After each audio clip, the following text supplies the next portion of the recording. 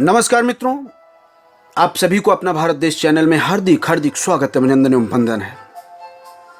आज एक जबरदस्त टॉपिक आपके बीच में अपना भारत देश चैनल के द्वारा आपके बीच में लाया गया है, जो पेरेंटिंग से जुड़ा हुआ और हर माँ बाप के लिए बहुत ज़रूरी है। इस प्रोग्राम को देखें, क्योंकि हमारे जीवन की अनमोल जो रत्न है बच्चे, उनकी परवरिश, उनके फ्यूचर प्लानिंग को हम कैसे कर सकते हैं। तो ये पेरेंटिंग प्रोग्राम बहुत ही ज़बरदस्त है मित्रों, लास्ट तक जरूर देखना। और ये पेरेंटिंग प्रोग्राम आज के सबसे युवा और इंटरनेशनल मोटिवेटर मिस्टर जोवन पुत्रा के द्वारा दिया जा रहा है। तो हम आपसे यही उम्मीद करेंगे कि आप इनके प्रोग्राम को लास्ट तक जरूर देखेंगे। और अगर आपने इस चैनल को सब्सक्राइब नहीं किया है तो इस चैनल को आप जरूर सब्सक्राइब करेंगे। और मित्रों, एक चीज़ और कहना चाहूँगा, आप ही नहीं, ज़्यादा से ज़्यादा लोगों को ये चैनल को सब्सक्राइब कीजिए, क्योंकि ऐसे बीच बीच में ऐसे हम प्रोग्राम आपके बीच में लाते रहेंगे। शायद हमें मौका नहीं मिलता ऐसे प्रोग्राम को देखने के लिए। ये हम खुशनसीब हैं, भारत देश चैनल के द्वारा ऐसे प्रोग्राम्स लाए जाते हैं कि हम सबको ये प्रोग्राम देखने का मौका मिलता है। तो आइए स्टार्ट करते हैं, लेकिन इससे पहले चंद कुछ लाइनें हैं जो मैं आपके साथ शेयर करना चाहता हूँ। उठो तो ऐसे उठो कि फ़क्र हो बुलंदी को, उठो तो ऐसे उठो कि फक्र हो बुलंदी को, झुको तो ऐसे झुको बंदगी भी नाच करे, झुको तो ऐसे झुको बंदगी भी नाच करे। आए हो निभाने को जब किरदार जमी पर, आए हो जब निभाने को किरदार जमी पर, कुछ ऐसा कर चलो कि जमाना मिसाल दे। तो most welcome, thank you very much. आइए लेट्स गो, स्टार्ट करते हैं आज की पेरेंटिंग प्रोग्राम मिस्टर जोवन पुत्रा के द्वारा। थैंक यू दोस्तों।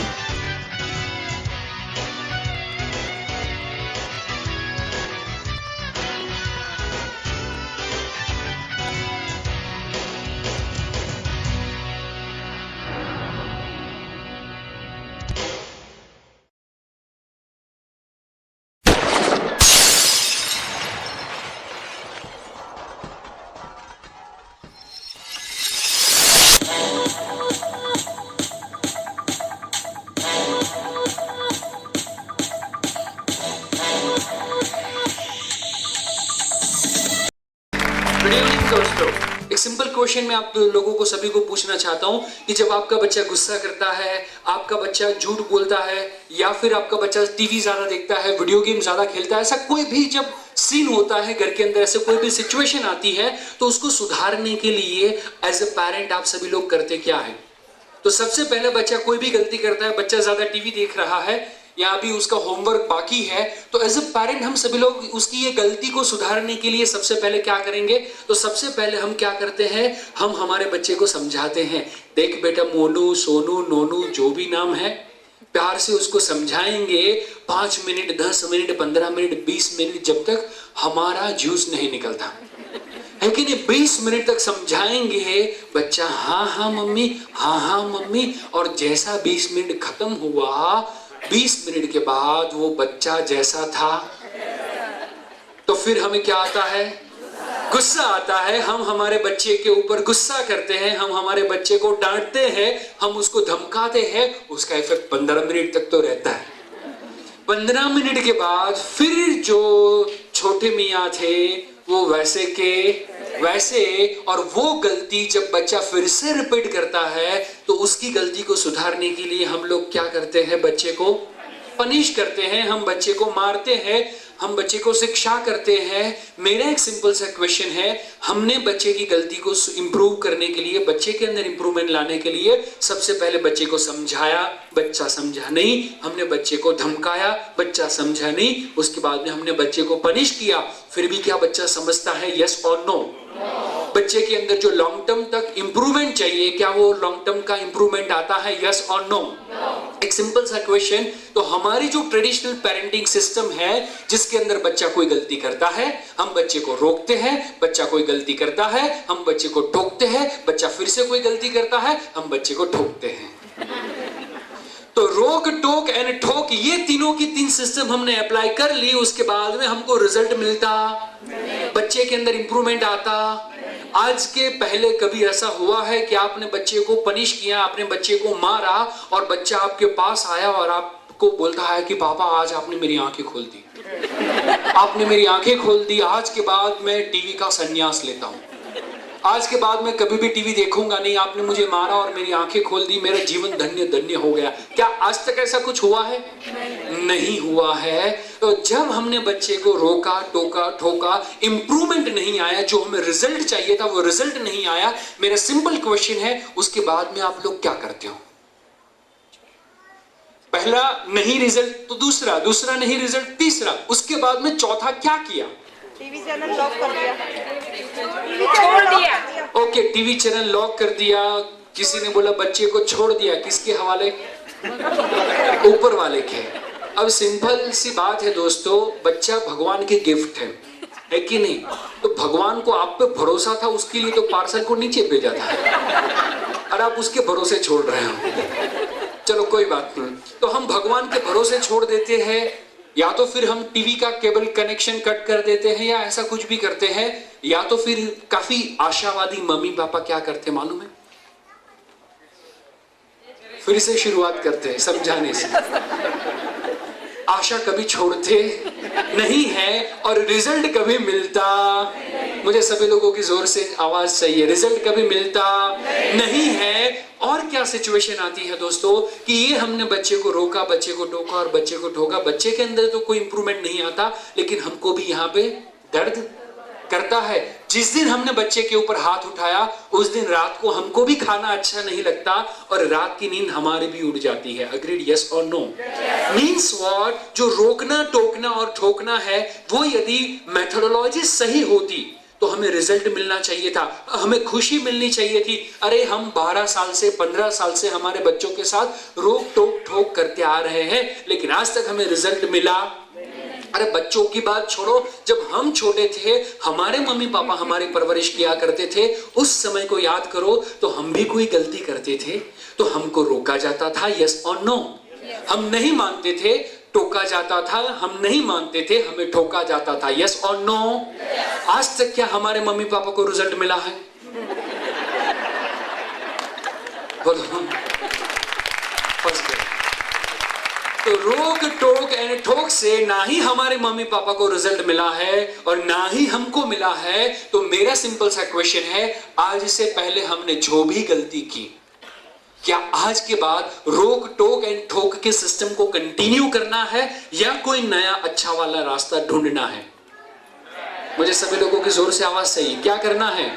नया रास्ता ढूंढना है। तो नया रास्ता ढूंढने से पहले हमें जानना पड़ेगा कि समाज के अंदर, सोसाइटी के अंदर, यदि सभी घरों के अंदर ये प्रॉब्लम है तो ये प्रॉब्लम क्यों खड़े हुए?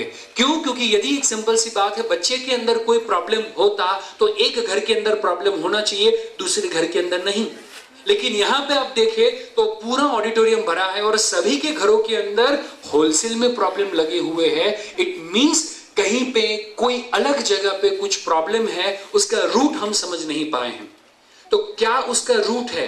हम जब हमारे बच्चे के भलाई के लिए उसको कुछ कहते हैं तो हमारा बच्चा हमारी बात क्यों नहीं मानता? वो हमसे ज्यादा उसके फ्रेंड सर्कल के लोगों की बात क्यों मानता है? उसके ऊपर मूवी का, सीरियल का इफेक्ट ज्यादा होता है, लेकिन मम्मी एंड पापा की एडवाइस का इफेक्ट नहीं होता। ऐसा क्यों? तो इसके ऊपर मैंने 2.5 साल से भी ज्यादा रिसर्च किया और रिसर्च करने के बाद में मुझे कुछ फैक्टर्स पता चले, एंड जो फैक्टर्स मुझे पता चले उसको मैं कहता हूं टी फैक्टर्स। और ये फैक्टर्स है जिसकी बदौलत आज हमको पता चलेगा कि मैंने मेरे बच्चे की भलाई के लिए उसको कुछ कहा हुआ है, फिर भी वो मेरी बात क्यों नहीं मानता। क्यों जनरेशन गैप हर 50-100 साल के बाद में खड़ा होता है? हर जनरेशन के अंदर आप देखेंगे तो जनरेशन गैप है।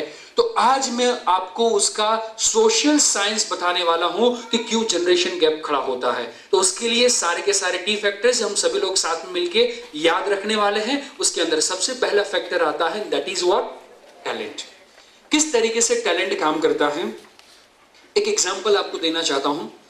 जरा सोचे कि आपके घर के अंदर इंटीरियर का काम चल रहा है, आपके घर के अंदर इंटीरियर का काम चल रहा है, आप, आपकी वाइफ, बच्चे एंड इंटीरियर डिजाइनर सभी लोग साथ में बैठे हुए हैं, 4-5 लोग, एंड सभी लोग डिसाइड कर रहे हैं कि कौन सा टेपेस्ट्री लगेगा, कौन सा कर्टेन लगेगा, कौन से टाइल्स लगेंगे, कौन सा कलर होगा, सोफे की कैसी डिजाइन होगी, डाइनिंग टेबल वगैरह सारी चीजें चूज कर रहे हैं। वो सारी डिजाइनिंग, कलर कॉम्बिनेशन, वो सारी चीजों का मैचिंग चल रहा है।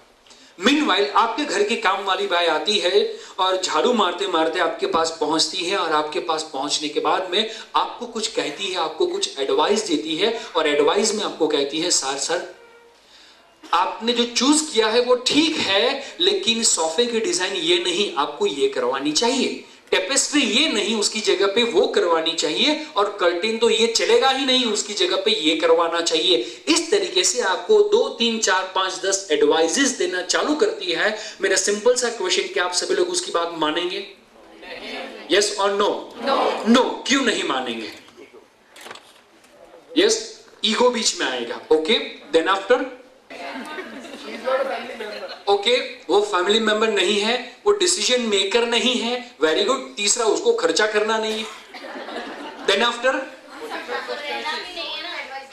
ओके, हम सब साथ में हैं और हम सब डिसाइड करेंगे वो क्यों एडवाइस देगी, क्योंकि उसका स्टेटस लो है। ओके, हम सब समझते हैं तो फिर वो क्यों एडवाइस देगी, ठीक है। तो ये सारे रीजंस कि हमारा ईगो बीच में आएगा, उसका सोशल स्टेटस लो है, या उसका फाइनेंशियल स्टेटस लो है, या हम ज्यादा समझते हैं, ऐसी कोई भी बात बीच में आती नहीं है। ऐसी कोई भी बात बीच में नहीं आती है दोस्तों, आपका ईगो भी बीच में नहीं आता है। ये रीजन क्या है मैं आपको बताना चाहता हूं, समझाना चाहता हूं कि जरा सोचे, जो कर्टेन वाला बंदा है, जो कर्टेन लगाने वाला मजदूर है, वो यदि आपको बोले कि सर ऐसे नहीं, वो वाले कर्टेन डलवाओ, तो क्या वो मजदूर की बात आप मानेंगे? अग्रीड, यस और नो? कलर काम करने वाला मजदूर यदि आपको बोले कि सर ये पैम्फलेट में अच्छा लगता है, लेकिन लगने के बाद ये जो डेकोरम है अकॉर्डिंगली ये कलर अच्छा नहीं लगेगा, तो क्या हम वो मजदूर की बात मानेंगे? यस और नो? यदि सुधार काम करने वाला मिस्त्री जो मजदूर है, वो भी 3, 4, 5 हजार रुपए में काम करता है, वो भी काम वाली या काम वाले के लेवल का ही है, सोशल स्टेटस हमसे काफी डाउन है, फाइनेंशियल स्टेटस हमसे काफी डाउन है, लेकिन हम उसकी बात मानेंगे जस्ट बिकॉज वो जो एडवाइस दे रहा है, वो एडवाइस की उसके पास क्या है, तो हम उसी की बात मानते हैं जो व्यक्ति के पास हमसे ज्यादा क्या हो।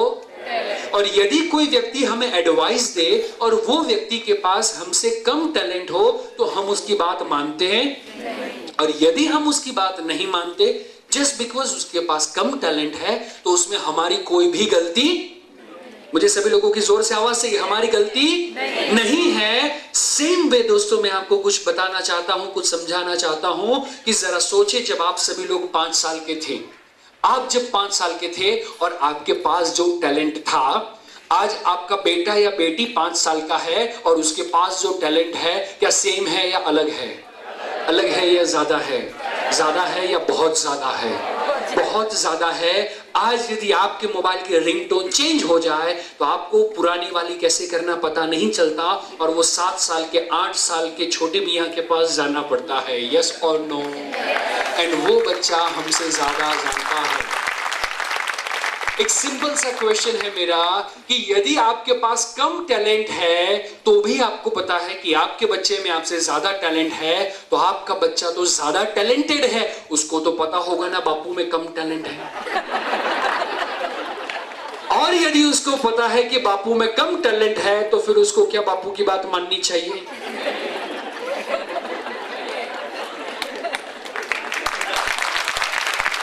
एंड इसीलिए आपका बच्चा आपकी बात नहीं मानता, तो उसमें की कोई भी गलती, मुझे सभी लोगों की आवाज सही है, जोर से आवाज सही है, बच्चे की कोई भी गलती नहीं है। देन आफ्टर नेक्स्ट फैक्टर की ओर हम जानने जा रहे हैं, and that is what? Target. पहले की जो समाज की व्यवस्था थी, वो समाज व्यवस्था कुछ ऐसी थी कि जहां पे हरदम मम्मी और पापा दोनों बच्चों के टारगेट में रहते थे। आज वेडनेसडे है, आप में से कितने लोग हैं जो एवरी वेडनेसडे यहाँ पे 8 to 10 बैठने के लिए आते हैं? कोई नहीं। आज आपके पास करने के लिए काफी सारे काम थे, फिर भी आप सभी लोग 600-800 लोग आज यहाँ पे बैठे हुए हैं, वो सभी के सभी लोग अपने काम छोड़ते हुए यहाँ पे सुनने के लिए आए, जस्ट बिकॉज सक्सेसफुल पेरेंटिंग को सुनना वो आज के लिए आपके जीवन का क्या था? टारगेट था। और यदि आपका टारगेट नहीं होता तो आप नहीं आए होते, उसमें आपकी कोई भी गलती नहीं है। यदि मुझे डॉक्टर बनना है तो मुझे किसकी बात सुननी चाहिए, डॉक्टर की या बिजनेसमैन की? और यदि मुझे बिजनेसमैन बनना है तो मुझे किसकी बात माननी चाहिए, बिजनेसमैन की या इंजीनियर की? बिजनेसमैन की। तो ये चीज को ध्यान में रखते हुए पहले की जो सामाजिक व्यवस्था थी वो उस तरीके की थी कि राजा का बेटा राजा बनता था, उसका बेटा राजा बनता था, हजाम का बेटा हजाम का बेटा हजाम, वैद्य हकीम जो डॉक्टर उस समय के हुआ करते थे तो हकीम का बेटा हकीम का बेटा हकीम हुआ करता था, सोनी का बेटा सोनी का बेटा सोनी हुआ करता था। एंड इसीलिए बेटे के टारगेट में हरदम अपने पापा रहते थे। उसको प्रोफेशनल नॉलेज जो कुछ भी पाना था वो सिर्फ और सिर्फ अपने पापा के पास से पाना था। एंड इसीलिए बेटे को अपने पापा की बात सुननी पड़ती थी। हेलो। एंड बेटी हरदम वैसा सोचती थी कि जिस तरीके से मम्मी घर चलाती है मुझको भी घर चलाना सीखना है। मम्मी जिस तरीके से घर का काम करती है वो सारी चीजें मुझे सीखनी है। लेकिन आज मैं यदि आपको बताऊं तो आपकी 5 साल की बेटी आपके मुंह पे बोलती है मैं तेरे जैसे घर के काम करने वाली नहीं हूं। दूसरी बात, पहले क्या होता था, राजा का बेटा राजा, आज क्या हो रहा है, पापा की बात करें तो यदि पापा इंजीनियर है तो बेटा क्या करना चाहता है, अपना हेयर ड्रेसिंग सैलून खोलना चाहता है। और जो हजाम का बेटा है वो पढ़ लिख के इंजीनियर बनना चाहता है। डॉक्टर है उसका बेटा सोचता है कि मैं ड्रेस डिजाइनिंग करूंगा। और जो टेलर है जो दर्जी है उसका बेटा सोचता है मैं पढ़ लिख के डॉक्टर बनूंगा। आज आप जो भी प्रोफेशन में है, जो भी लेवल पे है, आपका बेटा वो बिजनेस के अंदर वो प्रोफेशन के अंदर आना चाहता नहीं है। एंड इसीलिए बेटी के टारगेट में मम्मी नहीं है और बेटे के टारगेट में पापा नहीं है। एंड मैं कहता हूं इसीलिए पापा की हालत पप्पू जैसी हो गई। हमारे बेटे के टारगेट में हम नहीं हैं, इसीलिए हमारा बेटा हमारी बात सुनता नहीं है। तो सबसे पहला कौन सा फैक्टर काम करता है, talent. Second target. Third factor काम करता है दैट इज व्हाट, टेक्नोलॉजी। दोस्तों टेक्नोलॉजी हमारे और हमारे बच्चों के रिलेशनशिप को बहुत अच्छी तरीके से और बहुत बुरी तरीके से इफेक्ट करते हैं। यदि हमारे जीवन के अंदर हमारे और हमारे बच्चों के साथ में जुड़े हुए जो कोई भी प्रॉब्लम्स है वो सारे के सारे प्रॉब्लम्स की जड़ देखेंगे तो वो टेक्नोलॉजी आएगा। कैसे? आपके और आपके बच्चों के बीच में से 2 व्हीलर निकाल दो, मोबाइल निकाल दो, इंटरनेट निकाल दो, वीडियो गेम्स निकाल दो, कंप्यूटर या लैपटॉप निकाल दो, तो कोई प्रॉब्लम बचेगा? Answer is no. तो जो कोई भी प्रॉब्लम खड़ा हुआ है just because of what, just because of what, technology. दूसरी बात आपको मैं बताना चाहता हूं, काफी सारे मम्मी पापा घर के अंदर एक कैसेट बजाते हैं और कैसेट होती है अपनी बढ़ाई की, कि हम जितने अच्छे हैं, हम जितने संस्कारी हैं, हम जितने गुणी हैं, उतनी गुणी उतनी संस्कारी अब आगे वाली जनरेशन होने वाली नहीं है। ये सब आप सभी लोग जानते हैं, यस और नो? तो ये हम सभी लोग जानते हैं और हम हमारे बच्चों को कहते रहते हैं कि हमने ये स्ट्रगल किया था, हमारे घर के अंदर खाने के वांदे थे, एक ही रूम के अंदर 5-5 लोग रहते थे, स्कूल के लिए अच्छी फैसिलिटीज नहीं थी, ना ही इतने अच्छे ट्यूशंस थे, ब्ला ब्ला ब्ला ब्ला ब्ला ब्ला ब्ला। ये कैसेट कितने घंटे तक चलती है? रोज चलती है आधे घंटे के लिए। आधे घंटे के लिए ये कैसेट चलती है। और मजे की बात क्या है दोस्तों कि ये जब कैसेट चलती है तो बच्चों के रिएक्शन देखने के लायक होते हैं। तो बच्चों के रिएक्शन देखने के लायक होते हैं। जैसे ही मम्मी ने कैसेट चालू की, बड़ा भाई छोटी बहन को इशारा कर देता है, आधा घंटा सो जा, चलने वाला है आधे घंटे तक।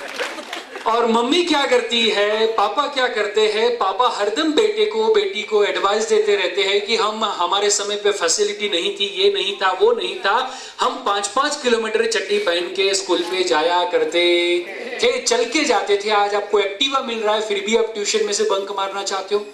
हम बच्चे को कुछ ऐसा कहते हैं, लेकिन एक बात मैं आपको बताना चाहता हूं कि आप सभी लोग अच्छे क्यों रहे, आप सभी लोगों के अंदर अच्छे संस्कार रहे, वो क्यों रहे? एक सिंपल सी बात दोस्तों कि उस समय पे जब आप चड्डी पहन के 5-5 किलोमीटर जाया करते थे चलते हुए, उस समय पे चड्डी पहनना वो मजबूरी था।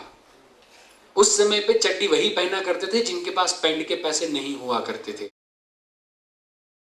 एंड आज चड्डी पहनना वो फैशन है। जितने जितने पैसे बढ़ते हैं,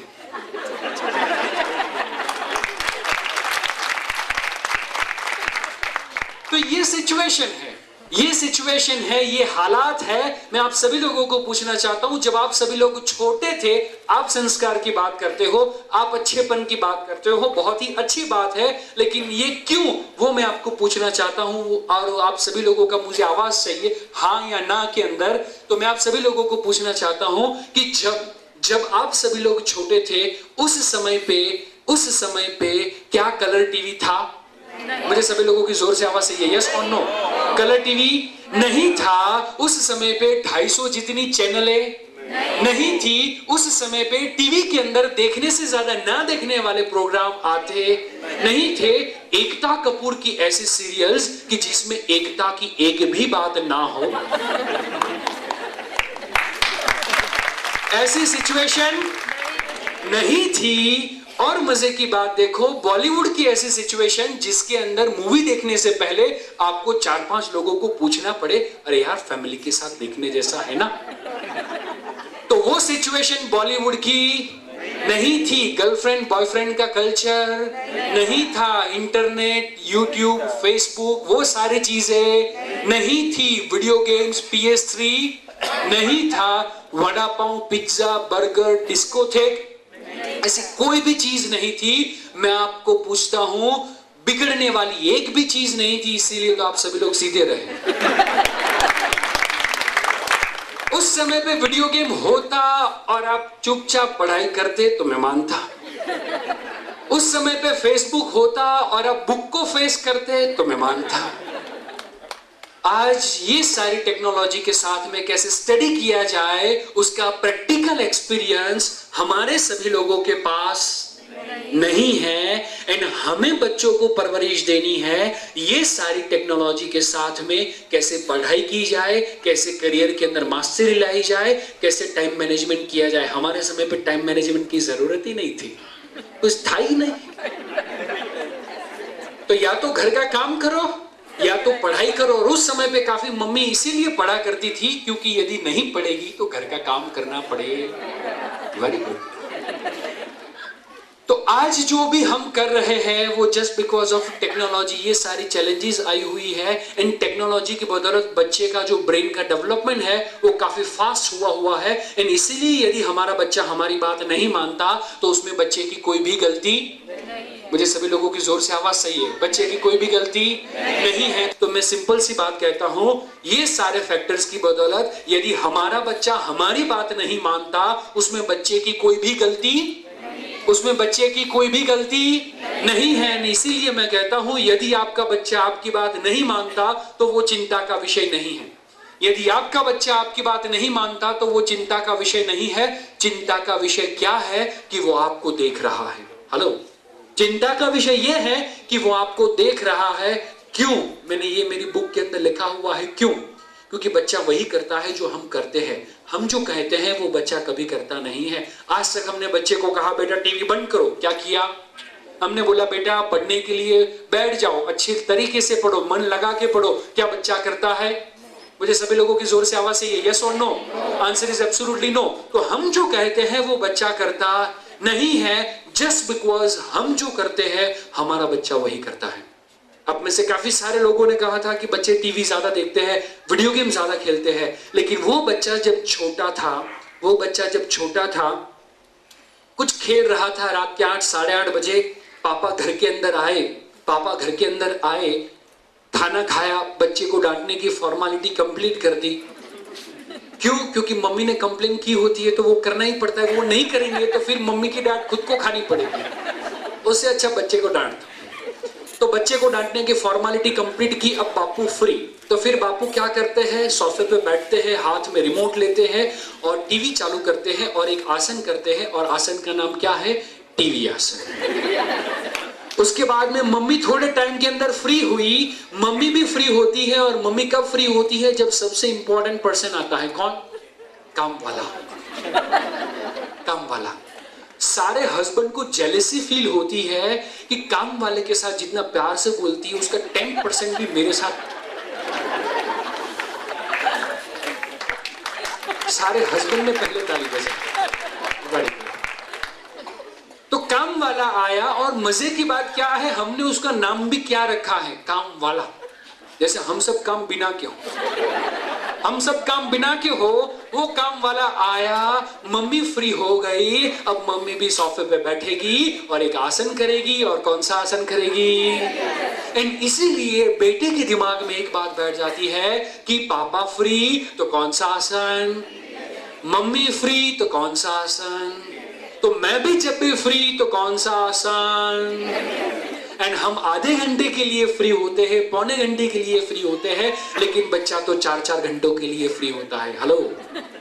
एंड इसीलिए वो 4-4 घंटा टीवी देखता है। उस समय पे हम बच्चों को एडवाइस देते हैं, सॉरी एडवाइस देते हैं, एडवाइस होता ही नहीं है, एडवाइस देते हैं कि बेटा इतना ज्यादा टीवी नहीं देखना चाहिए, वो नहीं करना चाहिए, ये नहीं करना चाहिए, लेकिन उसका रिजल्ट हमको मिलता नहीं है, जस्ट बिकॉज हमने जो किया एंड हमने जो कहा वो सेम नहीं है। बच्चे वही करते हैं, मैं सभी लोगों को रिपीट करवाना चाहूंगा, बच्चे वही करते हैं जो हम जो कहते हैं वो बच्चे करते नहीं है। दूसरा एग्जाम्पल देना चाहूंगा, ज्यादातर दो बच्चे खेल रहे हो और एक खिलौना हो तो दोनों बच्चों के बीच में लड़ाई झगड़ा चलता है, और तब मम्मी आती है या पापा आते हैं और एक यूनिवर्सली कॉमन एडवाइस देंगे, बेटा प्यार से मिलजुल के खेलो, लड़ाई झगड़ा करना नहीं है। और वो बच्चा फिर भी लड़ाई झगड़ा करता है, खिलौने के लिए जिद करता है।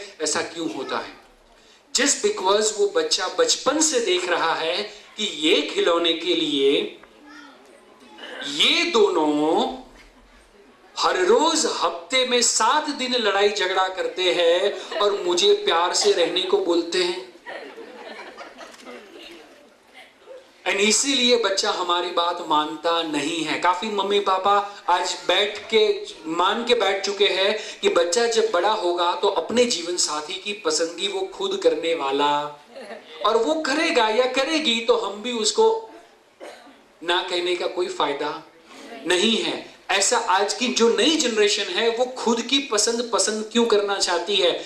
जस्ट बिकॉज उसने बचपन से देखा है कि मम्मी एंड पापा हफ्ते में 7 दिन एक दूसरे से लड़ाई झगड़ा करते हैं। इट मींस मम्मी पापा को खुद की पसंद ही पसंद नहीं है, तो फिर मेरी पसंद को पसंद कैसे करेंगे?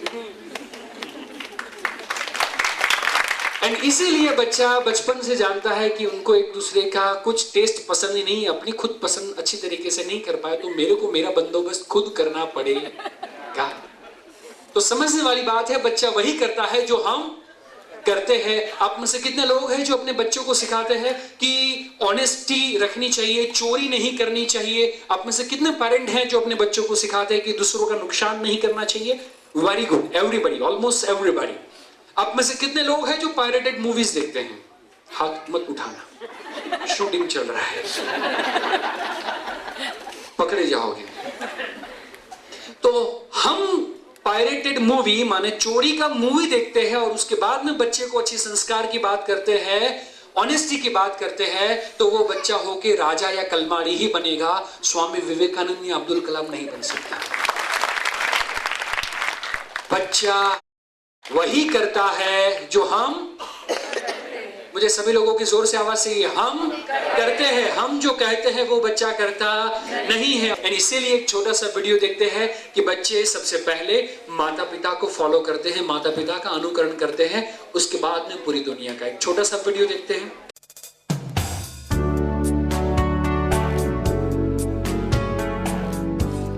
बच्चे सबसे पहले किसकी नकल करते हैं? किसकी नकल करते हैं? माँ बाप की, और उसके बाद में पूरी दुनिया की। अभी लास्ट हफ्ते की बात है, एक पेरेंट मेरी ऑफिस पे आए बच्चे के काउंसलिंग के लिए, और बच्चे की कंप्लेन कर रहे थे कि मेरा बच्चा ऐसा है वैसा है, बहुत एग्रेसिव है, बहुत गुस्सा करता है, ये करता है वो करता है। फिर मैंने उनको पूछा कि बच्चे के अलावा आपके घर में और कौन गुस्सा करता है? तो हस्बैंड वाइफ लिटरली दूसरे के सामने देखने लगे। मैंने बोला अब बोलने की जरूरत नहीं है। तो यदि हम गुस्सा करेंगे तो बच्चा भी गुस्सा करने वाला है। तो बच्चा सबसे पहले अपने माता पिता को फॉलो करता है। एंड इसीलिए एज ए पेरेंट हमें हमारे बच्चे की साइकोलॉजी को समझना बहुत ही महत्वपूर्ण है। एज ए पेरेंट यदि हमने हमारे बच्चे की साइकोलॉजी को समझा हुआ है तो हम हमारे बच्चे को एक अच्छी और सही राह दिखा सकते हैं। क्यों? क्योंकि हर एक व्यक्ति की साइकोलॉजी अलग अलग होती है। दोस्तों कभी कभार हम हमारे बच्चों को एडवाइस देते हैं, एडवाइस देते हैं, और बच्चे के ऊपर उसका कोई इफेक्ट नहीं होता, या तो कभी कभार हमें सीधा उल्टा रिजल्ट मिलता है। तो ऐसा क्यों होता है?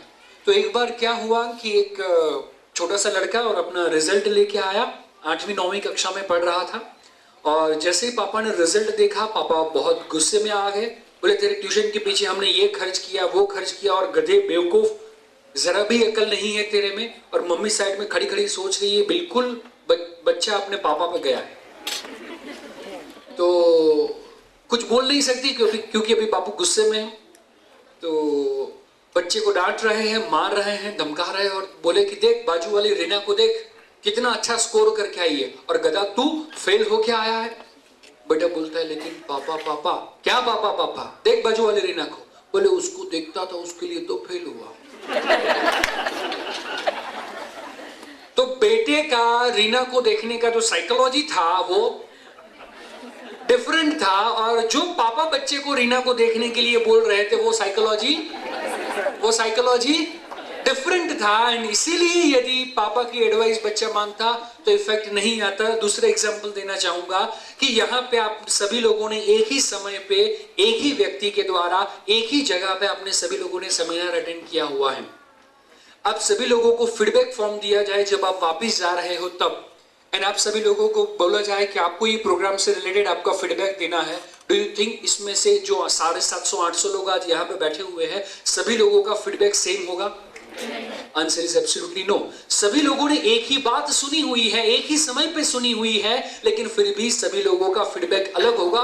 हस्बैंड एंड वाइफ का भी फीडबैक अलग होगा, जस्ट बिकॉज कि आप सभी लोगों की साइकोलॉजी क्या है, अलग अलग है। तो मैंने जो कहा वो आपने सुना, लेकिन जिस तरीके से मैंने समझाया शायद वो तरीके से आपने समझा नहीं है, जस्ट बिकॉज आपकी जो साइकोलॉजी है हर व्यक्ति की अलग अलग होती है। एंड इसीलिए यदि मुझे कुछ कहना है तो सभी लोगों की साइकोलॉजी को ध्यान में रखते हुए बोलना पड़ेगा, तभी मेरी बातों का प्रभाव आपके ऊपर होगा। सेम वे यदि मुझे बच्चे को समझाना है तो मुझे जो कहना है और बच्चे को जो सुनना है वो सेम हो सकता है, लेकिन मेरा समझाना और बच्चे का समझना सेम हो सकता नहीं है। तो हमें बच्चे की साइकोलॉजी को जानना जरूरी है, और यदि हम बच्चे की साइकोलॉजी के अंदर मास्टरी ला दे, जो आज तक 5 लाख से ज्यादा पेरेंट ने लाई हुई है, एंड यदि उनके जीवन के अंदर पॉजिटिव बदलाव आया हुआ है, उनके बच्चों के जीवन के अंदर पॉजिटिव बदलाव आया हुआ है, तो वही बदलाव आपके जीवन में भी आ सकता है। तो ये कौन से स्टेप्स है, बच्चे की साइकोलॉजी किस तरीके से काम करती है, वो अब हम यहाँ पे जानने को जा रहे हैं। तो बच्चे की साइकोलॉजी 4 स्टेप्स के अंदर अब हम यहाँ पे जानेंगे और समझेंगे। तो सबसे पहले होता है इंसिडेंट। इंसिडेंट के साथ में जब भी कोई हमारी भावना जुड़ती है, इमोशंस जुड़ते हैं, तो हमारी बनती है बिलीफ, एंड बिलीफ के अकॉर्डिंगली कोई भी व्यक्ति का बिहेवियर होता है, उसका बिहेवियर होता है। एग्जाम्पल देना चाहूंगा ताकि ये बात क्लियर हो। फिर से ये बात हिंदी में रिपीट करूंगा और उसके बाद में एग्जाम्पल। कोई भी घटना के साथ में जब हमारी भावना जुड़ती है तो वो हमारी मान्यता बनती है, और मान्यता के अनुसार हमारा वर्तन होता है, हमारा बिहेवियर होता है, हमारे बच्चे का बिहेवियर होता है। फॉर एन एग्जाम्पल कि आज बच्चा ज्यादा टीवी देख रहा है, वो बच्चे का क्या है, बिहेवियर है। बच्चा मेरी बात नहीं सुन रहा है, वो बच्चे का क्या है, बिहेवियर है। बच्चा मेरे सामने बैक आंसरिंग करता है, वो क्या है, बच्चे का बिहेवियर है। बच्चा गुस्सा करता है, बच्चा बाहर का खाना खा रहा है, वो सारी चीजें क्या है, बिहेवियर। आज से पहले हमने क्या किया हुआ है कि बच्चे के बिहेवियर को चेंज करने के लिए हमने गलत और बुरे बिहेवियर को आज तक हमने काटा हुआ है। जैसे आप सभी लोगों को पूछा था कि बच्चा ज्यादा टीवी देखता है, आप क्या करते हो रोक टोक ठोक के अलावा, बोले केबल कनेक्शन ही काट देते। तो हमने क्या किया, बच्चे के बिहेवियर को काटा। हमको ऐसा लगा कि मेरा बच्चा किसी ऐसे दोस्त के साथ बात कर रहा है, उसका कोई ऐसा फ्रेंड है, ऐसा कोई कलीग है जो गाली गलौज करता है, जिसके अंदर अच्छी संस्कार नहीं है, तो हम इमीडिएटली उसका वो दोस्त के साथ बोलने का बिहेवियर क्या करेंगे, काट देंगे। तो सेम वे हम सभी पेरेंट बच्चे के बिहेवियर को काटने में लगे हुए होते हैं, लेकिन उसके पीछे उसकी जो बिलीफ है वो बिलीफ को जानते नहीं है। दोस्तों यदि आप कहीं से गुजर रहे हो और वहां पे आम का पेड़ हो, वहां पे बहुत अच्छे आम लगे हुए हो और आपको वो आम चाहिए, आप पेड़ पे चढ़ पाए वैसी सिचुएशन नहीं है, वो हालात नहीं है, वो उम्र नहीं है, और यदि आपको वो चाहिए आम, तो आपके पास पत्थर है, तो आप पत्थर मार के वो आम को लेंगे। तो आप पत्थर कहां पे मारेंगे? किसके ऊपर मारेंगे? किसके ऊपर मारेंगे? आम के ऊपर मारेंगे। और यदि आपने आम के ऊपर पत्थर मारा तो क्या होगा? आम बिगड़ जाएगा। यदि आपको आम चाहिए तो आम के ऊपर पत्थर नहीं मारना है। आम जो छोटी सी डाली के ऊपर लटक रही है, वो जो उसका छोटा सा रूट है, वहां पे यदि हमने पत्थर को हिट किया तो आम हमको मिलेगा। अग्रीड? यस और नो? सेम वे, यदि मुझे बच्चे के बिहेवियर को काटना है, बिहेवियर को चेंज करना है, बिहेवियर के अंदर ट्रांसफॉर्मेशन लाना है, तो बिहेवियर के ऊपर पत्थर मारने की, उसको हिट करने की जरूरत नहीं है। मुझे क्या करना पड़ेगा? उसका रूट माने उसका बिलीफ जो है, वो बिलीफ को मुझे चेंज करना पड़ेगा। बिलीफ के ऊपर मुझे पत्थर मारना पड़ेगा। एंड यदि वो मैं करना सीख लूं, यदि वो मैं करना जान लूं, तो मेरे बच्चे के अंदर बहुत अच्छा बदलाव आ सकता है। और दोस्तों, मैं आपको बोलूं कि जब जब हमारे इमोशंस के साथ में कोई भी चीज जुड़ती है, तभी हमारे दिमाग के अंदर वो बिलीफ बनती है। उससे पहले बदलाव नहीं आता। आप में से काफी सारे लोग हैं जो स्मोक करते हैं, और उनकी वाइफ उनको हरदम बोलती रहती है कि स्मोकिंग छोड़ दो, स्मोकिंग छोड़ दो, स्मोकिंग छोड़ दो। वो व्यक्ति कैंसर के हॉस्पिटल के अंदर जाता है, फिर भी उसके अंदर कोई बदलाव नहीं आता। वो हरदम पोस्टर्स देखता रहता है, ऐसे वीडियोस देखता रहता है। हर स्मोकिंग की एडवर्टीजमेंट के बाद आता है कि इससे कैंसर होने की संभावना है। वो बात सुनने के बाद भी वो व्यक्ति के अंदर बदलाव नहीं आता, उसकी आदत नहीं छूटती। क्यों? क्योंकि वो पोस्टर के साथ में, वो हॉस्पिटलाइज हुए दर्दी के साथ में उसका क्या नहीं जुड़ा हुआ? इमोशन नहीं जुड़ा हुआ। और यदि ये व्यक्ति जो 15 साल से 20 साल से स्मोकिंग कर रहा है, उसका जिगरी दोस्त हो या उसका बड़ा भाई हो, वो भी स्मोक कर रहा हो, और यदि उसको कैंसर हो जाए, और यदि उसकी डेथ हो जाए, और जो फैमिली के अंदर चैलेंजेस आए, वो यदि ये बंदा देखता है, तो 15 साल पुरानी, 20 साल पुरानी स्मोकिंग की आदत 5 सेकंड के अंदर छूट जाएगी। अग्रीड? यस और नो? वो घटना के साथ में क्या जुड़ना जरूरी है? इमोशन। दूसरा एग्जांपल, जो व्यक्ति फुल स्पीड से कार चलाता है, वो जब भी हाईवे पे जाता है 1 या 2 या 3 या 4 एक्सीडेंट देखता ही है। लेकिन जब वो हम एक्सीडेंट को देखते हैं तो उसका इफेक्ट 5 मिनट तक होता है। 5 मिनट 60 70 5 मिनट के बाद कोई अच्छा गाना आया, इमीडिएटली 120। ऐसा क्यों होता है? जस्ट बिकॉज वो जो एक्सीडेंट था, वो एक्सीडेंट के साथ में वो व्यक्ति का क्या नहीं जुड़ा हुआ? इमोशन नहीं जुड़ा हुआ। यदि उसका फ्रेंड, यदि उसका कोई रिलेटिव जिसके साथ इमोशन जुड़े हुए थे, फुल स्पीड से कार चलाने में यदि उसकी डेथ हो जाए, तो ये व्यक्ति की 15 साल पुरानी, 20 साल पुरानी आदत भी 1 सेकंड के अंदर छूट सकती है। तो कोई भी व्यक्ति के अंदर बदलाव कब आता है? जब उसकी बिलीफ सिस्टम में चेंज हो। और बिलीफ सिस्टम चेंज कब होती है? जब इमोशन के साथ कोई घटना जुड़े, तब। एग्जाम्पल आपको और देना चाहूंगा दोस्तों, कि जब हम हमारे बच्चे को रोकते हैं, टोकते हैं या ठोकते हैं, हमें कोई भी इंप्रूवमेंट नहीं मिलता ना। क्यों नहीं मिलता? जस्ट बिकॉज जब भी हमने बच्चे को रोका, टोका या ठोका, मेरा सिंपल सा क्वेश्चन है, हम बच्चे के इमोशन के पास जाएंगे या दूर जाएंगे? यदि हम बच्चे के इमोशन से दूर चले गए, उसके बाद में हमने एडवाइस दिया, तो क्या बात बनेगी? Answer is no. वो हमारी बात सुनेगा नहीं, उसकी बिलीफ सिस्टम में कोई भी बदलाव आएगा नहीं। सो हमारा जो नया रास्ता है, वो रास्ता कैसा है कि हमें बच्चे के इमोशनल सेंटर में एंटर होना है, उसकी बिलीफ को चेंज करना है, एंड तो उसके बिहेवियर में चेंज आने की संभावना 100% है। एंड वो सिस्टम को सीखने के लिए 3-3.5 घंटे से ज्यादा का समय चाहिए। एंड इसीलिए संडे मॉर्निंग में वर्कशॉप के अंदर सबसे पहले यही चीज हम डिटेल में सीखने वाले हैं। डिटेल में सीखेंगे कि बच्चे के इमोशनल सेंटर में कैसे जाए, एंड उसकी हर एक बिलीफ को कैसे चेंज करे। एंड जब मम्मी पापा ये सीखते हैं, जो बच्चा 4-4 घंटा टीवी देखता है, एंड मम्मी पापा ये वर्कशॉप की ये टेक्निक फॉलो करते हैं, तीसरे दिन के बाद बच्चा बोलता है कि मेरे को इतना टीवी देखना ही नहीं है। बच्चा सामने आके बोलता है, जैसे गंगा घर पे बह रही हो। ऐसा फील करते हैं पेरेंट। एंड ऐसा कई लाखों लोगों के घर के अंदर हुआ है। हम हमारे बच्चों को दोस्तों एक बात बोलना चाहता हूँ एग्जाम्पल के जरिए कि हम हमारे बच्चों को बिगाड़ना नहीं चाहते, लेकिन समहाउ हमारी मेथोडोलॉजी रॉन्ग है। एग्जाम्पल, अभी जिस मुंबई की मैं बात करूं तो मुंबई के अंदर बोरीवली में प्रबोधन ठाकरे में हमारा सेमिनार चल रहा था, थोड़े समय पहले की ही बात है। और बोला मंडे इवनिंग का ही सेमिनार था, और जब ये साइकोलॉजी का सेशन चल रहा था एक पेरेंट ने तुरंत हाथ खड़ा किया। मैंने बोला क्या हुआ? बोले सर यदि आपने एक दिन पहले एडवर्टीजमेंट दिया होता मेरा 1.5 लाख बच जाता। मैंने बोला कैसे? बोले मैंने मेरे बच्चे के लिए, फैमिली के लिए 1.5 लाख रुपए का होम थिएटर सिस्टम लिया, और जैसा मैंने सिस्टम लिया मेरी तो वाट लग गई। क्यों? क्योंकि वो 24 घंटे वो टीवी ही देखना चाहता है। रात को 2-2, 3-3 बजे तक हम उठे और जब देखे बच्चा क्या कर रहा है, वो 10th के अंदर है तो वो पढ़ाई नहीं कर रहा होता, वो क्या देख रहा होता है? टीवी देख रहा होता है। हमको सुला देता है, बोले आप सो जाओ मैं पढ़ लूंगा, कोई टेंशन नहीं है। लेकिन अब हमें टेंशन होने लगा। हमने उसको बहुत समझाया, रोका टोका ठोका, कुछ भी रिजल्ट नहीं मिला। मैं उसका प्लग काट के आज देखो आपके सामने लेके आया हूं। इसका रास्ता दिखाओ। दोस्तों ज्यादातर हम यही करते हैं, जब बच्चा 8, 9, 10th, 11 या 12th में आए और जब बच्चा ज्यादा टीवी देख रहा हो तो ज्यादातर मम्मी पापा क्या करते हैं, चैनल को लॉक कर देते हैं, रिन्यू नहीं करवाते, या फिर वो टीवी को मालिये पे लगा देते हैं।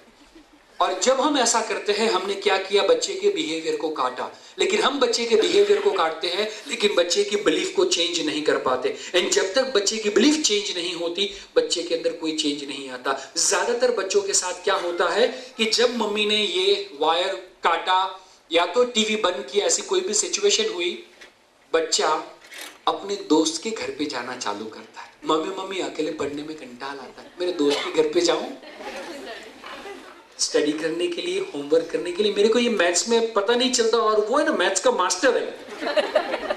मम्मी को लगता है वाह, टीवी बंद करने का फायदा तो एटलीस्ट उसने सामने से बात तो की, पढ़ाई की। तो फिर मम्मी क्या करती है, मम्मी बोलती है जाओ बेटा, एक दिन गया, 2 दिन गया, 3 दिन, 4 दिन, हफ्ता, 15 दिन, 20 दिन, हर रोज वहीं पे जा रहा है, 4-4, 5-5 घंटा जा रहा है। फिर मम्मी को लगा कि दाल में कुछ, इसीलिए मम्मी उसकी मम्मी को फोन करती है और बोलती है आपका बेटा मेरा बेटा दोनों पढ़ रहे हैं, जरा आप ख्याल रखना, जरा बीच बीच में देखते रहना कि वो बेडरूम में स्टडी ही कर रहे हैं या टीवी वगैरह कुछ देख रहे हैं। तो उसकी मम्मी भी फोन रखा, गई, पता चला दोनों टीवी देख रहे थे। उसकी मम्मी हो गई गुस्सा और बोला कि देख तेरी मम्मी ने तो वहां पे टीवी बंद किया, तू मेरे बच्चे को आके बिगाड़ रहा है।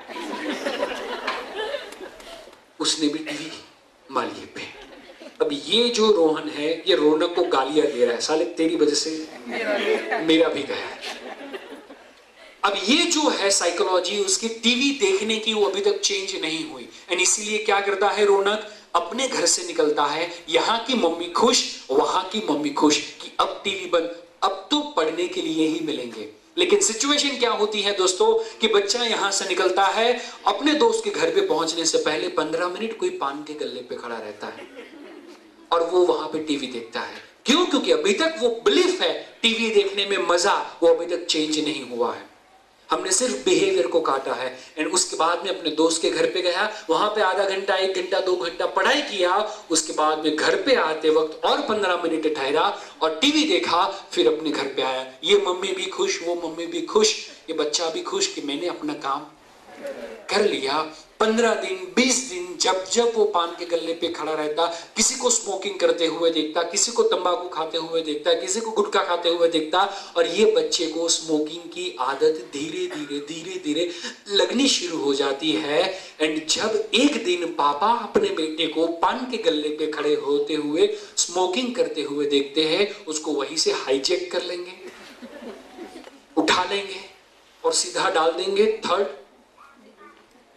डिग्री सबसे बड़े हिटलर के पास। कौन? और फिर मम्मी चालू करेगी, तेरे दोस्त, उसने सबसे पहले तुझे लड़ाई करना सिखाया, झूठ बोलना सिखाया, अब उतना कि उसने तुझे स्मोकिंग करना भी सिखा दिया।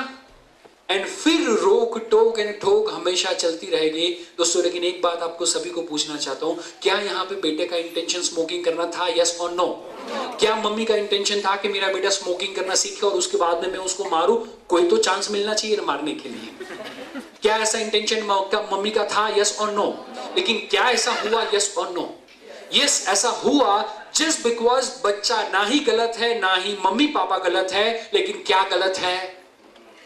मेथोडोलॉजी गलत है। हमारा बच्चे को परवरिश करने का तरीका गलत है, हमारा सिस्टम गलत है एंड ये सिस्टम को हमें चेंज करना पड़ेगा।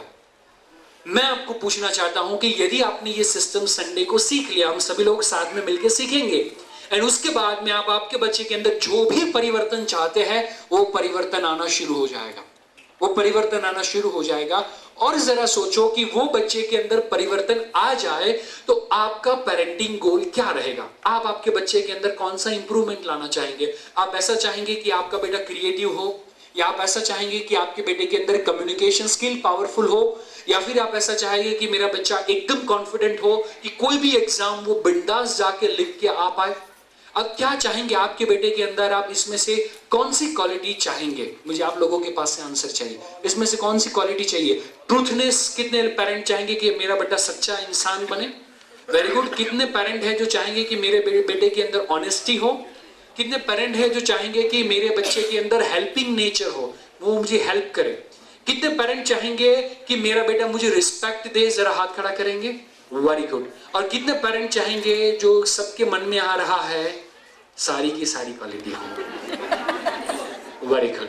सभी लोग चाहते हैं कि ये सारी की सारी क्वालिटी हमारे बच्चों के अंदर हो, लेकिन एक सिंपल सा क्वेश्चन, ये सभी क्वालिटी हमारे अंदर ही, तो फिर बच्चे के अंदर ये सारी की सारी क्वालिटी कोई एक बच्चे के अंदर पॉसिबल है?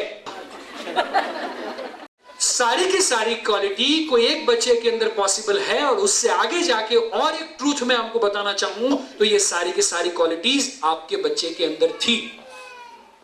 यदि आप मेरी बात नहीं मानते तो आने वाले 3 मिनट में आप मेरी बात मान लेंगे। फॉर एन एग्जाम्पल, आपको सोचना है कि आपका बच्चा 1.5 साल से लेके 2.5 साल के बीच में था, तब की उम्र को आपको सोचना है। सभी पेरेंट यहां नीचे ऊपर जो भी बैठे सभी लोगों को आपको करना है कि 1.5 से लेके 2.5 साल के बीच में जब आपका बेटा या बेटी थे, उस समय के बिहेवियर को, उसकी चेहरे की मासूमियत को आपको याद करना है एंड आपको सभी को मुझे आंसर देना है आपके बच्चे के बारे में। एंड इसीलिए मैं चाहता हूं, आपके बच्चे का आंसर है तो आप सभी की आवाज मुझसे पहुंचनी चाहिए। तो क्या आप सभी लोग तैयार है उसके लिए? मुझे सभी लोगों की जोर से आवाज चाहिए। क्या तैयार है? Okay, so let's start with creativity. हम हमारे बच्चे के अंदर क्रिएटिविटी डेवलप करना चाहते हैं, लेकिन 1.5 से लेकर 2.5 साल के बीच में जब बच्चा था, छोटा बच्चा था, उस समय पे वो ऐसे विचार आपके सामने प्रकट करता था, ऐसा कोई क्वेश्चन आपको पूछता था तो उस समय पे आपको ऐसा लगता था, अरे यार ये आइडिया तो आज तक मेरे दिमाग में नहीं आया। ऐसा कभी हुआ है आपके साथ? यस और नो? Means what? वो छोटे बच्चे के अंदर हमसे ज्यादा क्रिएटिविटी थी। Then after second is communication skill. बच्चे के अंदर लैंग्वेज नहीं था, लेकिन उसके पास नॉन वर्बल कम्युनिकेशन स्किल उतना पावरफुल था नॉन वर्बल कम्युनिकेशन स्किल। और आज जरा देखें कि वो जो नॉन वर्बल कम्युनिकेशन स्किल था कितना पावरफुल था। आपका ऑफिस पे बॉस के साथ झगड़ा हो गया, स्टाफ के साथ लफड़ा हो गया, कस्टमर ने पेमेंट नहीं दिया और पार्टी उठ गई, आप सिग्नल पे खड़े थे, किसी ने गाड़ी ठोक दी, 15,000 का बम्पर का खर्चा आया, कुछ भी टेंशन लेके आप घर के अंदर आए, दरवाजा खुला और वो नन्ही सी जान को जब आपने देखा, उसने आपको देखा एंड जो नॉन वर्बल कम्युनिकेशन हुआ, उसकी प्यारी सी मुस्कान को जब आपने देखा तो आपको लगता है पूरा दुनिया का टेंशन गया तेल लेने। यस और नो? अब दुनिया का सारा टेंशन उसको गोद में उठाते थे और दुनिया का सभी टेंशन आप भूल जाते थे। यस और नो? एंड आज उसको देखने पे टेंशन आता है। तो उस समय पे उसके पास कम्युनिकेशन स्किल, मुझे सभी लोगों की आवाज चाहिए, कम्युनिकेशन स्किल थी। देन आफ्टर कॉन्फिडेंस, इतना कॉन्फिडेंट था बच्चा, इतना कॉन्फिडेंट, आप उसको 20th फ्लोर पे लेके जाओ, 20वीं मंजिल पे लेके जाओ और आप उसको हवा में उछालो, बच्चा क्या करेगा? उसकी जगह पे आपको लेके जाए और आपको हंस पाओगे? बच्चे के अंदर उस समय पे क्या था? कॉन्फिडेंट कि मुझे उड़ाया है तो वो मुझे पकड़ने वाला है। उसके अंदर भरोसा था, उसके अंदर विश्वास था। क्यों विश्वास था? क्योंकि आज तक उसने किसी का विश्वास तोड़ा नहीं है। आज तक उसने किसी का विश्वास तोड़ा नहीं है। एंड हमें किसी के ऊपर विश्वास नहीं है, मानो या न मानो, हमने किसी का विश्वास तोड़ा हुआ है। इसीलिए हम लोगों के ऊपर विश्वास नहीं रख सकते। अरे यार, आज आप यहां से घर पे जाएंगे तो रास्ते में कोई भी सोसाइटी का कोई भी कुत्ता आएगा, वो सो रहा होगा। आप में से कितने लोगों के अंदर कॉन्फिडेंट है कि उसकी पूंछ पे है ताकत? लेकिन अब कोई भी 1.5 से लेकर 2.5 साल के बीच के बच्चे को आप कोई भी सोसाइटी के कोई भी कुत्ते के पास छोड़ दो, पूंछ पकड़ेगा, पूंछ खींचेगा, कान खींचेगा, उसके ऊपर बैठ जाएगा, उसके मुंह में हाथ डालेगा। यस और नो? इतना कॉन्फिडेंस बच्चे के अंदर, जरा सोचो तो सही। आज तक आपने सुना हुआ है कि कुत्ते ने 25 साल के 30 साल के लड़के को काटा, 18 साल की सुंदर युवती को काटा, या 80 साल के बुजुर्ग आदमी को काटा, लेकिन आज तक आपने सुना है कि 1.5 साल के छोटे से बच्चे को कुत्ते ने काटा? इतनी समझदारी कुत्ते में भी है। इतनी समझदारी कुत्ते में भी है कि छोटे बच्चे पे हाथ नहीं उठाना चाहिए। और यदि आज के बाद घर पे जाके आपने बच्चे पे हाथ उठाया तो आप तो कुत्ते से भी, आपने बोला तो बच्चे के अंदर कॉन्फिडेंस, वेरी गुड, अब समझ रहे हैं। आफ्टर ट्रूथनेस, सच्चाई बच्चे के अंदर इतनी थी कि उसने आपकी काफी सारे पोले खोली होंगी। पापा ने कहा है, पापा घर पे नहीं है, धन्यवाद। उसके अंदर सच्चाई थी, झूठ क्या उसको पता ही नहीं था। लेकिन जिस दिन आपने बच्चे को बोला, देखो बेटा झूठ नहीं बोलना चाहिए, उस दिन उसको पता चला आइला झूठ भी होता है। उस दिन उसको पता चला कि जीवन में झूठ जैसी भी कोई चीज है। उससे पहले उसको पता नहीं था। Means what? ये सारी की सारी क्वालिटी आपके बच्चों के अंदर, लेकिन अब who is responsible? Our system. And इसीलिए मैं एक बात कहता हूं दोस्तों, इसीलिए मैं एक बात कहता हूं, children are the creation of the god, they are not useless. Unfortunately they have been used less, they have been used less. जो बच्चा है वो भगवान की गिफ्ट है। जो बच्चा है वो भगवान की गिफ्ट है। आप में से कितने लोग मानते हैं कि बच्चा भगवान की गिफ्ट है? Very good. हम जब किसी को गिफ्ट देते हैं, तोहफा देते हैं, 500 रुपए का, 700 रुपए का, 1000 रुपए का, तो वो गिफ्ट देने से पहले चेक करते हैं। वो गिफ्ट देने से पहले चेक करते हैं कि वो टूटा तो नहीं है, स्क्रैच तो नहीं है, प्राइस टैग तो नहीं लगा हुआ है। ये सारी चीज चेक करने के बाद हम किसी को गिफ्ट देते हैं। अग्रीड? यस और नो? सोचो जरा, 1000 रुपए का गिफ्ट यदि हम किसी को देते हैं तो भी 3-3 बार चेक करते हैं, तो ये बच्चा तो ऊपर वाली की अमूल्य भेंट है। तो उसने जब आपको ये भेंट दी, उसने जब आपको ये गिफ्ट दिया, तो क्या उसने चेक नहीं किया होगा? मैं कहता हूं वो चेक करता है, एंड इसीलिए वो 9 महीने लगाता है, एंड इसीलिए वो 9 महीने लगाता है। लेकिन क्या बात है दोस्तों कि कोई भी गिफ्ट में मिली हुई चीज उसकी उतनी वैल्यू नहीं होती। यदि आप 30,000 रुपए का 100 ml का कोई परफ्यूम परचेज करते हो, आप उसको कैसे इस्तेमाल करोगे? सर मैं थोड़ी, मेरे बच्चे भी बड़े होकर इस्तेमाल करेंगे, उतना चलेगा। लेकिन सोचो आपके घर पे कोई फंक्शन है और मैं आपके घर पे आया एंड मैंने आपको ऐसा कोई परफ्यूम गिफ्ट में दिया, तो वो कितने समय तक चलेगा? उसका यूज कैसा होगा? सेम वे बच्चे की जो गिफ्ट है वो अनजाने में हमने उसी तरीके से यूज की हुई है। एंड इसीलिए जो भी प्रॉब्लम आए है, इसके लिए बच्चा रिस्पॉन्सिबल नहीं है, ना ही हम रिस्पॉन्सिबल है। हमारी पुरानी सिस्टम है जो रिस्पॉन्सिबल है। एंड इस अंदर 80% से ज्यादा हाइपर एक्टिवनेस कम होती है। Then after discover and develop your child's inborn talent. 2 तरह की टैलेंट होती है। एक टैलेंट होती है that is inborn talent, second talent होती है दैट इज एक्वायर्ड टैलेंट। जो हम बाहर की दुनिया से सीखते हैं उसको हम कहेंगे एक्वायर्ड टैलेंट। ज्यादातर मम्मी पापा को ऐसा लगता है कि मैं मेरे बच्चे को ट्यूशन क्लासेस में डालूंगा, यूसी मास में डालूंगा, स्केटिंग में डालूंगा, स्विमिंग में डालूंगा, म्यूजिक में डालूंगा, डांस में डालूंगा और बच्चा जीनियस हो जाएगा। ऐसा होता तो अब्दुल कलाम ने काफी सारे क्लासेस किए होते, नरेंद्र मोदी ने काफी सारे क्लासेस किए होते, स्वामी विवेकानंद ने काफी सारे क्लासेस किए होते, जीनियस आइंस्टाइन ने काफी सारे क्लासेस किए होते। हेलो, हम जो भी चीज के पीछे भागते हैं वो कौन सी टैलेंट है? That is acquired talent. लेकिन हर एक बच्चा भगवान की गिफ्ट है, तो यदि आप किसी को गिफ्ट देते हैं उससे पहले चेक तो करते हैं ना कि वो गिफ्ट उसके काम की तो है। अग्रीड? यस और नो? वो गिफ्ट उसके काम में आएगी या नहीं आएगी वो आप चेक करते हैं। सेम वे भगवान ने भी कुछ चेक किया होगा एंड उसके बाद में आपको वो गिफ्ट दिया होगा। तो उसके अंदर कोई एक इनबॉर्न टैलेंट पड़ा हुआ है, एक गॉड गिफ्ट पड़ा हुआ है। लेकिन हमारा प्रॉब्लम क्या मालूम है? कि कोई बच्चा अपनी गॉड गिफ्ट को जाने, उसको मम्मी पापा के अपोज में जाते हुए वो उसके ऊपर काम करना शुरू करे एंड वो यदि आमिर खान बन जाए, वो यदि महेंद्र सिंह धोनी बन जाए, वो यदि परीक्षित जोबनपुत्रा बन जाए, वो यदि स्वामी विवेकानंद बन जाए, वो यदि डॉक्टर स्नेह देसाई बन जाए, उसके बाद में लोग क्या बोलेंगे? गॉड गिफ्ट, गॉड गिफ्टेड है, ये बंदा गॉड गिफ्टेड है। यस और नो? जो जीनियस बन जाता है उसके बाद में हम बोलते हैं कि ये गॉड गिफ्टेड है। लेकिन मैं आपको बोलूं, गॉड गिफ्टेड हर एक व्यक्ति है। ऊपर वाले ने कोई भी पार्शियलिटी नहीं रखा है, लेकिन ज्यादातर पेरेंट ने वो गिफ्ट का रैपर खोला ही नहीं। इसके लिए हम भगवत गीता, जिसके अंदर बताया गया प्रकृति ही क्रियमाणानि कर्माणि सर्वशः, भगवत गीता के काफी सारे रूल्स एंड रेगुलेशन जो हमें बच्चे की इनबॉर्न टैलेंट को जानने के लिए एंड उसको प्रोफेशनली डेवलप करने के लिए काम में आएंगे। तो उसके लिए हम भगवत गीता के काफी सारे श्लोक्स के ऊपर हम डिस्कशन करने वाले हैं। वही बात जो महाभारत के अंदर थी दोस्तों। ज्यादातर मम्मी पापा आज कंप्लेन करते रहते हैं बच्चे को कि देख वो कितना अच्छा स्विमिंग कर रहा है, तू भी कर, वो कितना अच्छा कराटे कर रहा है, तू भी कर।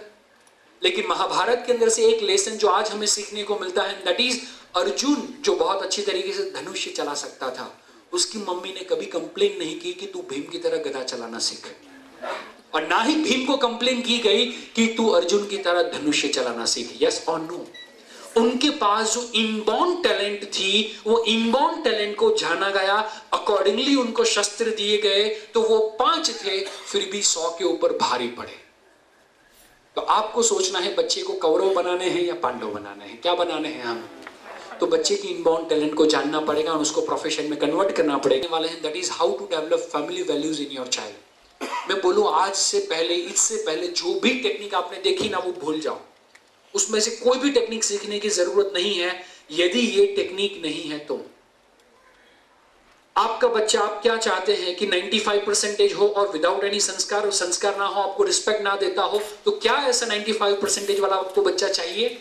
मुझे सभी लोगों की आवाज चाहिए, यस और नो?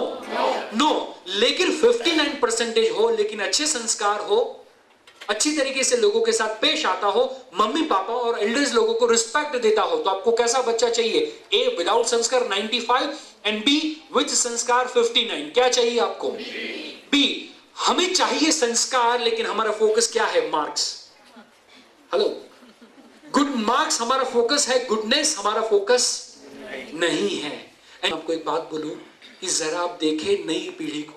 ये जो नई पीढ़ी है, जाने अनजाने में कौन से कल्चर को फॉलो कर रही है? हमारे पूर्व के कल्चर को फॉलो कर रही है या वेस्टर्न पश्चिम के कल्चर को फॉलो कर रही है? किसको? वेस्टर्न कल्चर को, पश्चिम के कल्चर को फॉलो कर रही है। जरा आप देखेंगे उनको सुबह में जल्दी उठना पसंद नहीं है, रात को डिस्को में जाना उनको पसंद है। उनको रोटी दाल चावल पसंद नहीं है, लेकिन उनको क्या पसंद है? पिज्जा, बर्गर, मैगी वगैरह उनको पसंद है। एक सिंपल सी बात मैं आपको बोलता हूं, आप सभी मम्मी पापा और जो भी बच्चे आए हैं, सभी लोगों को ध्यान में रखना चाहिए, हमारा देश सूर्य की पूजा करता है। हमारा देश, हम सूरज की पूजा करते हैं। तो इसीलिए मैं हर बार कहता हूं दोस्तों कि सीखे एक बात सूरज के पास से, सीखे एक बात सूरज के पास से कि वो भी जब पश्चिम में गया है तो वो भी डूबा ही डूबा है। और यदि हम ब्लाइंडली पश्चिम की संस्कृति को फॉलो करेंगे तो एक दिन आज जो अमेरिका की हालत है, आज जो यूरोप की हालत है, वही हालत हमारी फैमिली कल्चर की होने वाली है। एंड इसीलिए हर एक पेरेंट को यह जानना जरूरी है कि नई पीढ़ी जब मोबाइल के एडिक्टेड हो चुकी है, फेसबुक के एडिक्टेड हो चुकी है, तो उनके अंदर फैमिली वैल्यूज को कैसे डाला जाए। एंड इसलिए हर बार मैं कहता हूं दोस्तों कि लैपटॉप वहां का यूज करो, पश्चिम का टेक्नोलॉजी वहां की काफी आगे है, वो हमसे काफी एडवांस है। तो मैं कहता हूं लैपटॉप वहां का यूज करो, लेकिन नेटटॉप इंडिया का यूज करो। नेटटॉप अपना यूज करना चाहिए, लैपटॉप वहां का होगा तो चलेगा, लेकिन सभ्यता और संस्कृति हमारी होनी चाहिए। एंड उसके लिए मैं आपका तहे दिल से शुक्रिया अदा करता हूं। Thank you very much.